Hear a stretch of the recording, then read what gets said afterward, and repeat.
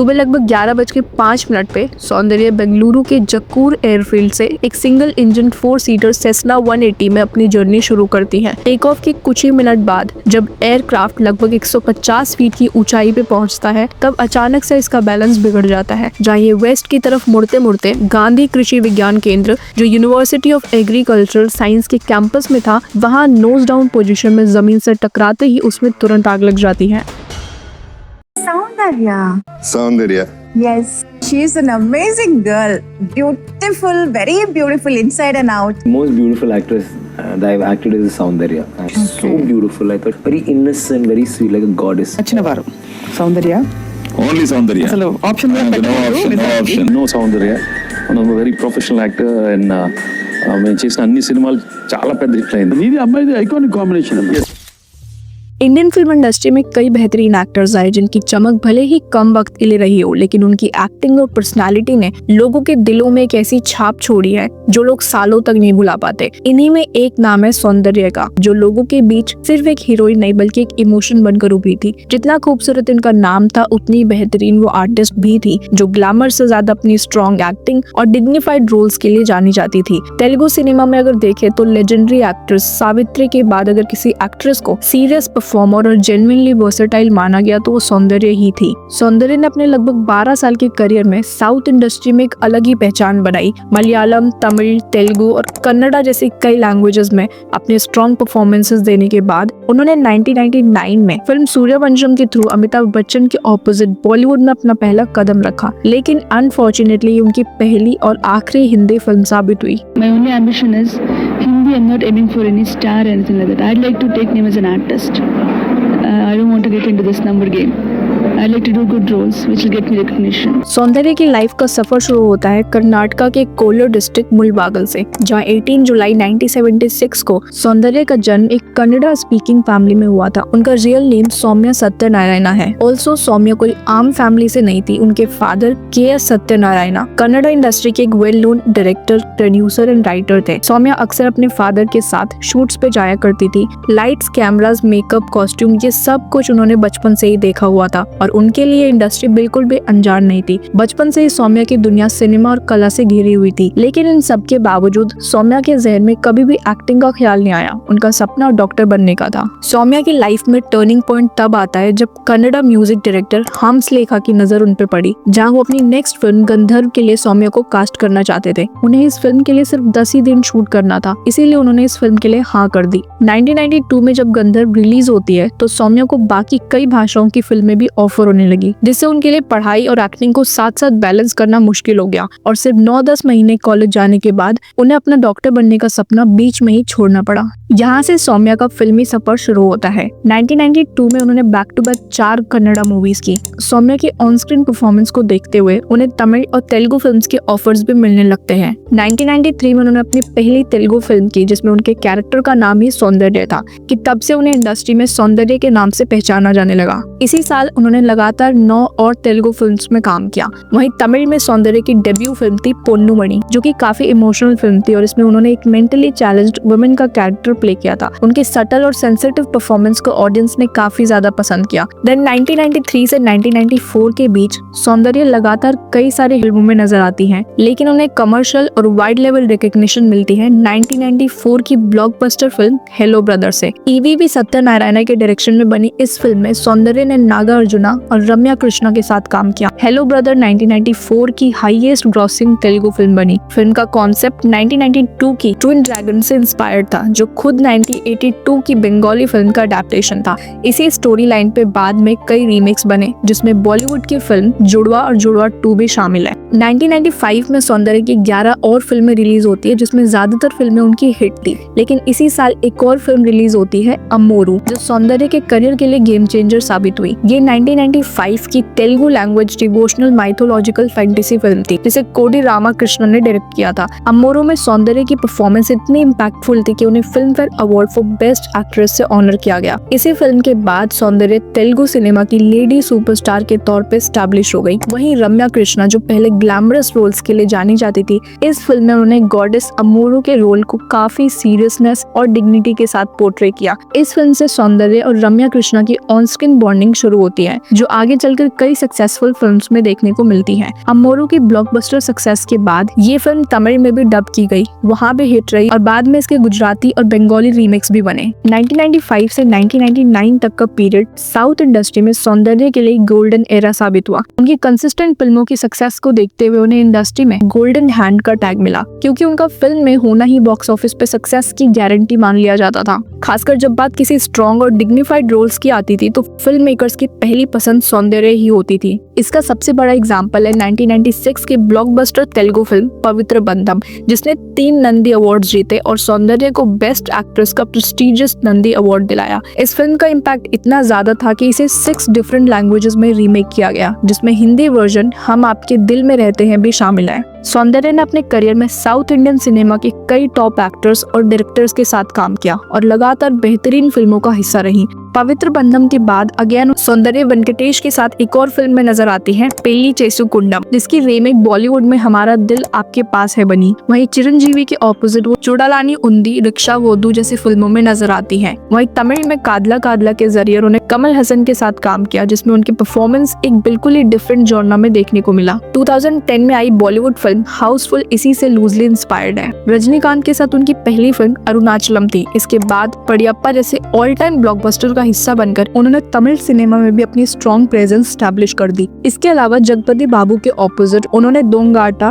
प्रिया रागुलु, चिलका पचक कापुरम जैसी फिल्मों में नजर आती हैं। इसी के साथ ही 1998 में सौंदर्य ने फिल्म अंतःपुरम में अपने करियर की एक और बेहतरीन परफॉर्मेंस दी। इस फिल्म में उन्होंने एक NRI वुमेन का रोल प्ले किया, जो अपने फादर इन लॉ के वायलेंट एंड कंट्रोलिंग बिहेवियर की विक्टिम होती है। ये कहानी रियल लाइफ कैरेक्टर बेटी महमूदी से इंस्पायर्ड थी, जिनकी लाइफ पे लिखी गई book not without my daughter को 1991 में हॉलीवुड फिल्म में अडेप्ट किया जाता है। इस फिल्म के सक्सेस के बाद 1999 में इसे तमिल में सेम नेम से रिलीज किया गया और 2002 की बॉलीवुड फिल्म शक्ति द पावर भी इसी कहानी पे बेस्ड एक रीमेक ही थी, जिसमें करिश्मा कपूर ने सौंदर्य वाला रोल प्ले किया था। सौंदर्य के इंटेंस और कंट्रोल परफॉर्मेंस ने क्रिटिक्स को काफी इम्प्रेस किया, जिसके लिए उन्हें film fair best actress Telugu और नंदी स्पेशल जूरी अवार्ड से ऑनर किया जाता है। देन ईयर 1999 में सौंदर्य और वेंकटेश की रोमांटिक फिल्म राजा रिलीज होती है। वेंकटेश और सौंदर्य की पहले की फिल्मों की तरह इस बार भी इनकी केमिस्ट्री वर्क कर गई। ये फिल्म भी बॉक्स ऑफिस पे ब्लॉकबस्टर रही और फिल्म में सौंदर्य की परफॉर्मेंस को देखते हुए उनको मिलता है उनका 3rd Filmfare best actress award. राजा असल में 1998 की तमिल फिल्म का तेलुगु रीमेक है। इस फिल्म की स्टोरी जितनी अमेजिंग थी, उससे भी कई ज्यादा पॉपुलर इस फिल्म के गाने थे।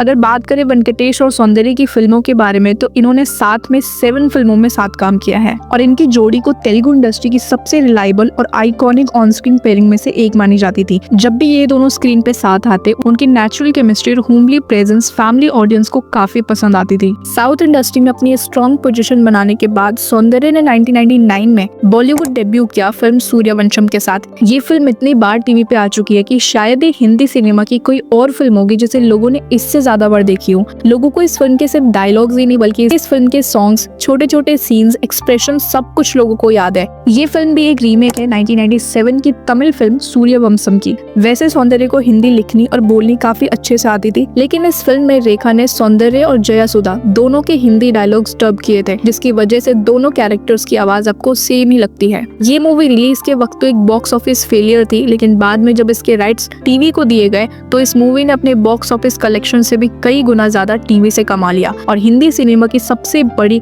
कल्ट फिल्म में से एक बन गई। सूर्यवंशम फिल्म सौंदर्य की पूरे करियर की एकमात्र हिंदी मूवी बनकर रह गई। उन्होंने बॉलीवुड में सिर्फ एक ही अपीयरेंस दी, लेकिन वो एक फिल्म इतनी बार टेलीविजन पे टेलीकास्ट हुई कि सौंदर्य का फेस हिंदी व्यूअर्स के दिमाग में हमेशा के लिए रजिस्टर हो गया। 2000 से 2003 के बीच सौंदर्य अन्नाया, निन्ना प्रेमिस्थे, आजाद, अधिपति, श्री मंजूनाथा और देवी पुत्रुदु जैसी फिल्मों में नजर आती हैं। देवी पुत्रुदु सौंदर्य और वेंकटेश की साथ में आखिरी फिल्म थी जो ईयर 2001 में रिलीज होती है, लेकिन ये फिल्म बॉक्स ऑफिस पे बुरी तरह से फ्लॉप होती है। अगर आप सौंदर्य की फिल्में देखें तो उनके कैरेक्टर से ही आपको एक होमली और ग्राउंडेड इमेज सामने आती है। उनके रोल्स में ग्लैमर से ज्यादा सिंप्लिसिटी और इमोशनल स्ट्रेंथ नजर आती है। सौंदर्य ने अपने कई इंटरव्यूज में ये बात कही थी कि वो फिल्म इंडस्ट्री में कभी भी सिर्फ फिजिकल ग्लैमर के लिए काम नहीं करेंगी और अगर उन्हें कभी इंसिस्ट किया जाता है तो वो इंडस्ट्री को छोड़ देना सबसे ज्यादा बेहतर समझेंगी। ऑल्सो सौंदर्य के लिए सिनेमा सिर्फ एक कमर्शियल प्लेटफॉर्म नहीं था। उनके हिसाब से अगर कोई कहानी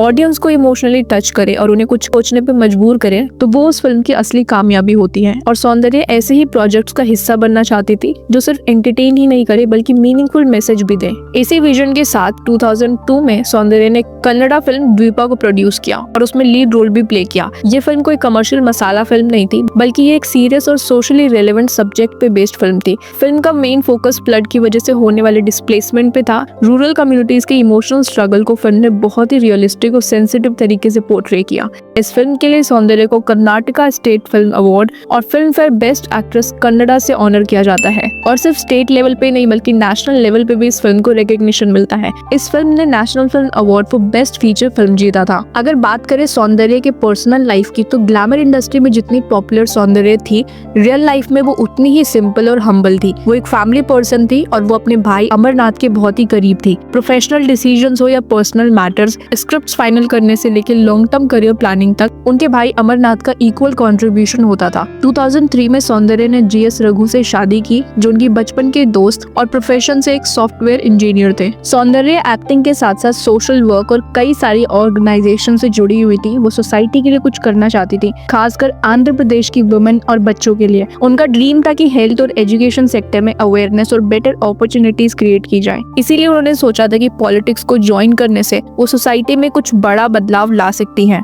2004 के अराउंड सौंदर्य ने भारतीय जनता पार्टी को ज्वाइन किया। सौंदर्य के भाई अमरनाथ भी पहले से ही पॉलिटिकल एक्टिविटीज में इन्वॉल्व थे। सौंदर्य का पॉलिटिकल एंट्री इसलिए भी जरूरी था क्योंकि वो साउथ इंडिया खासकर कर्नाटका और आंध्र प्रदेश में एक मेजर क्राउड पुलर थी, obviously because of her stardom and influence.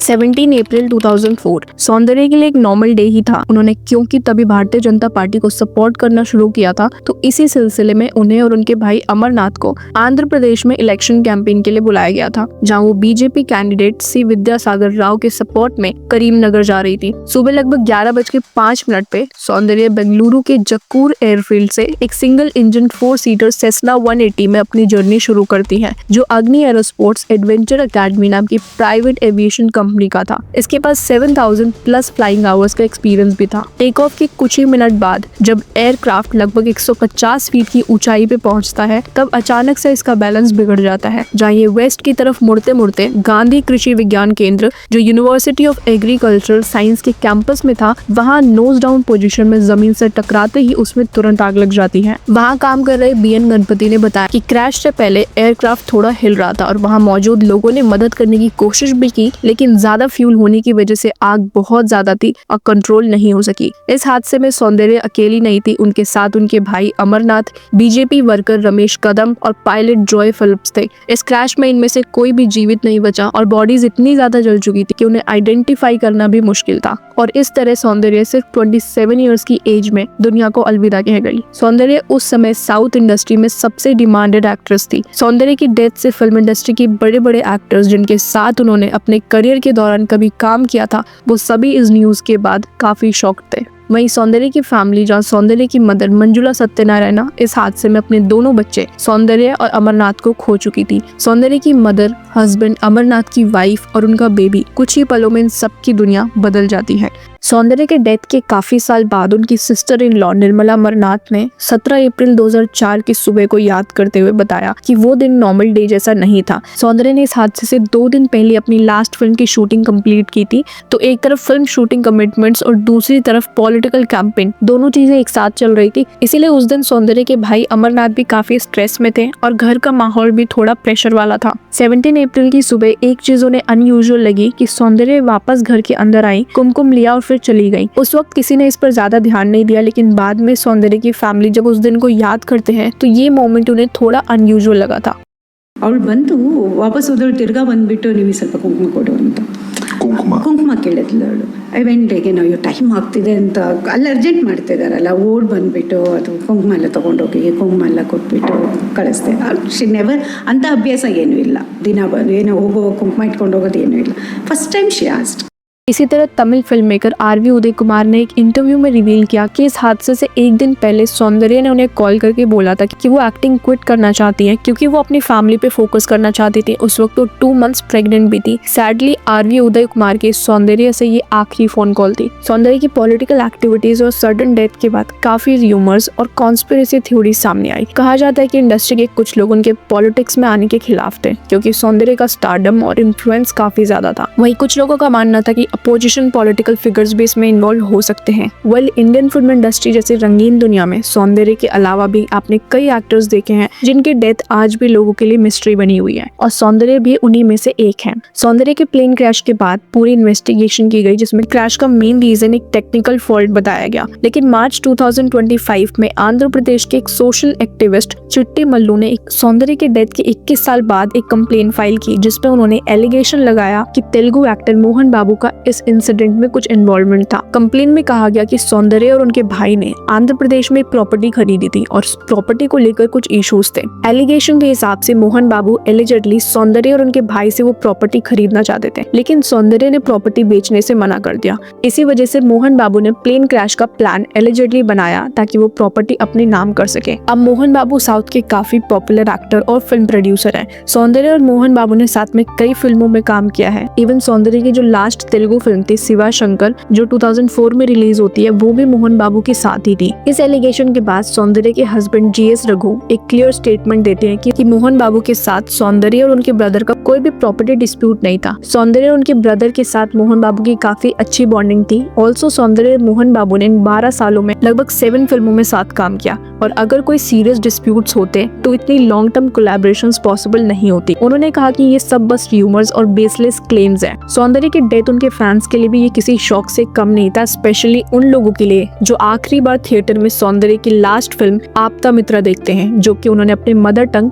Kannada में की थी। ये फिल्म सौंदर्या की डेथ के बाद रिलीज होती है। ये फिल्म 1993 की मलयालम फिल्म से इंस्पायर्ड थी। इसी स्टोरी लाइन को बाद में अलग अलग लैंग्वेजेस में भी रीमेक किया गया। रिलीज के वक्त की कन्नड़ा इंडस्ट्री की हाईएस्ट ग्रॉसिंग फिल्म बनी और 365 डेज तक थिएटर में चली। फिल्म का सॉन्ग रारा में सौंदर्या की परफॉर्मेंस आज भी उनके करियर की one of the best performances में से एक मानी जाती है। जब ऑडियंस ने ये फिल्म देखी तो उनके लिए मानना मुश्किल था कि सौंदर्या की ये आखिरी फिल्म है और वो अब इस दुनिया में नहीं है। सौंदर्या की डेथ से आपता मित्रा की टीम भी इमोशनली काफी डिस्टर्ब थे। एक्सीडेंट से सिर्फ 1-2 दिन पहले उन्होंने फिल्म का लास्ट सीन शूट किया था, लेकिन अपने कैरेक्टर की डबिंग वो नहीं कर पाई थी, इसीलिए उनकी वॉइस किसी और आर्टिस्ट ने डब की। इसी के साथ ही गुरु किरण जिन्होंने फिल्म का पॉपुलर सॉन्ग रारा को कंपोज किया था, उन्होंने एक इंटरव्यू में अपने एक एक्सपीरियंस शेयर किया कि रात में वो इस फिल्म की एडिटिंग करना वो अवॉइड करते थे क्योंकि उन्हें फिल्म का कैरेक्टर नागावली और सौंदर्या की एक्टिंग काफी डिस्टर्ब कर देती थी। ರಾತ್ರಿ ಕೆಲಸ ಮಾಡುವಾಗ ಪಿಕ್ಚರ್ ಅಲ್ಲಿ ಸೌಂದರ್ಯ ಹೋದ್ಮೇಲೆ ಒಂಥರ ರಾತ್ರಿ ಅವಾಯ್ಡ್ ಮಾಡ್ತಾ ಇದ್ದೆ, ಒಂಥರ ಅನ್ಕಂಫರ್ಟೇಬಲ್ ಫೀಲಿಂಗ್ ಆಗ್ತಾ ಇತ್ತು, ಒಂಥರ ಮೈಟ್ ಬಿ ಭಯ ಅಂತಲೇ ಹೇಳ್ಬೋದು। ಒಂದು फिल्म ने 5 फिल्म फेयर अवार्ड जीते और सौंदर्या को उनकी परफॉर्मेंस के लिए फिल्म फेयर ने उन्हें बेस्ट एक्ट्रेस अवार्ड से ऑनर किया। 2020 में सौंदर्या एक बार फिर से नजर आती हैं OTT प्लेटफॉर्म पे। दरअसल बालाकृष्ण ने अपने 2004 में शेल्फ की गई फिल्म का फुटेज OTT प्लेटफॉर्म पे रिलीज किया था। फिल्म में सौंदर्या को द्रौपदी के रोल में कास्ट किया गया था। फिल्म का कुछ हिस्सा शूट भी किया जा चुका था। देन फैंस की डिमांड पे 2020 में ये 17 मिनट्स की फुटेज रिलीज की जाती है जिससे लोगों को द्रौपदी के लुक में सौंदर्या की एक छोटी सी झलक देखने को मिली। सौंदर्या हमेशा से एक टैलेंटेड हार्ड वर्किंग एक्ट्रेस के तौर पे याद की जाती हैं। उनकी मैसिव फैन फॉलोइंग आज भी उतनी ही है। उन्होंने बार बार ये प्रूव किया कि रियल ब्यूटी सिंप्लिसिटी में होती है और शायद इसीलिए आज भी सौंदर्या का नाम उतने ही रिस्पेक्ट के साथ लिया जाता है। सौंदर्या ने सिर्फ 12 साल के करियर में 5 अलग अलग लैंग्वेजेस में 100 से ज्यादा फिल्में की और अपने करियर में 11 बार बेस्ट एक्ट्रेस अवार्ड जीता जिसपे 3 नंदी अवार्ड्स और 6 फिल्म फेयर अवार्ड्स भी शामिल हैं। और 26 साल की एज में 2002 की फिल्म द्वीपा के लिए उन्हें as a producer national film award भी मिला। इतने कम वक्त में इतनी स्ट्रॉन्ग फिल्मोग्राफी बनाना अपने आप में एक अचीवमेंट है। सौंदर्या का ड्रीम सिर्फ स्क्रीन पे शाइन करना नहीं था, वो हमेशा से चैरिटी और सोशल वर्क से जुड़ी हुई थी। उन्होंने अपने नेटिव विलेज गंजीगुंटे और मुलबागल में बच्चों के लिए 3 स्कूल्स भी स्टैब्लिश किए थे। इसी के साथ ही आज भी सौंदर्या के नाम पे अमर सौंदर्य फाउंडेशन के थ्रू उनका सोशल वर्क आगे बढ़ाया जा रहा है। सौंदर्या की फैमिली ने सौंदर्या और उनके भाई अमरनाथ के नाम पे अमर सौंदर्य फाउंडेशन स्टैब्लिश किया था। आप मुझे कमेंट में बताइए कि आपने सौंदर्या की फिल्म सूर्यवंशम के अलावा उनकी साउथ के कितनी मूवीज देखी हैं।